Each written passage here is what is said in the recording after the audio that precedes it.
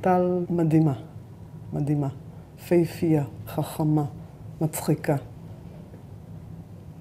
טובת לב, ותמיד אמרתי לה שטל זה ראשי תיבות של טוב לב, וזה מה שהיא הייתה.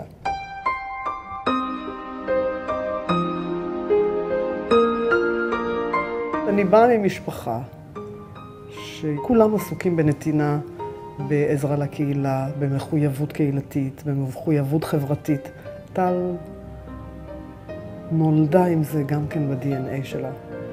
היא הייתה אקטיביסטית מהיום שהתחילה לדבר לדעתי. כי בגיל 4 היא הלכה ואמרה, לא, אל תדרכו על נמלים. ובכיתה ד' היא ביקשה לא ללכת יותר לטיולים, טיולי בית ספר, כי היא אמרה שהם מזהמים את הסביבה. והיא אף פעם לא קיבלה את המערכת כמו שהיא, והיא תמיד כאילו לחמה כדי לשנות את זה, ונתנה דוגמה. כי טל הייתה נראית מאוד בריאה. היא סך הכל חיה חיים בריאים, הייתה טבעונית, היא עשתה יוגה.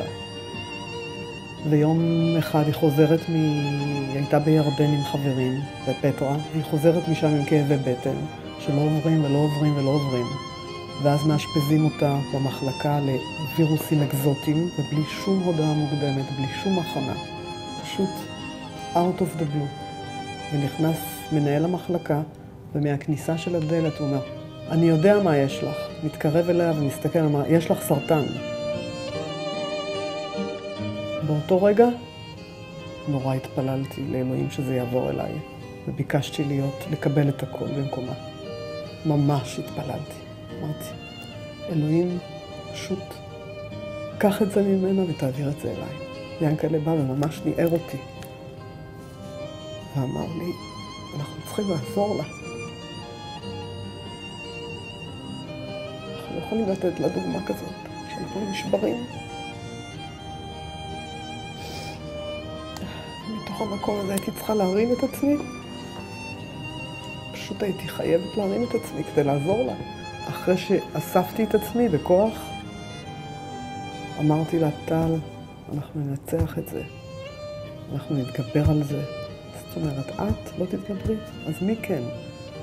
מעולם, לעולם ואף פעם, אפילו לשנייה אחת, לא חשבנו שזה יסתיים ככה.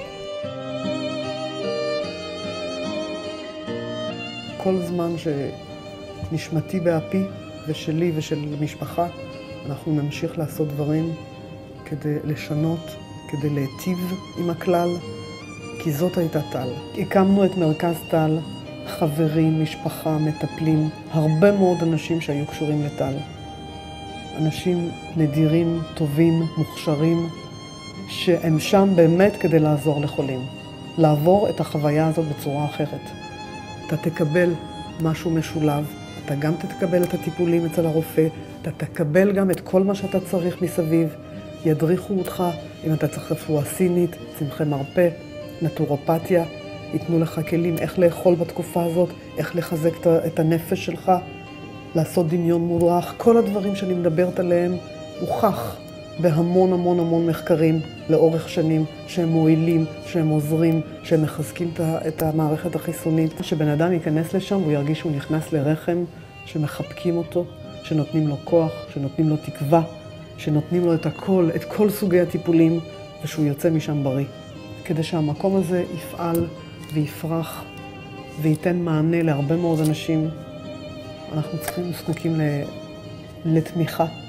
ובעצם אנחנו עושים את זה בשביל האחרים.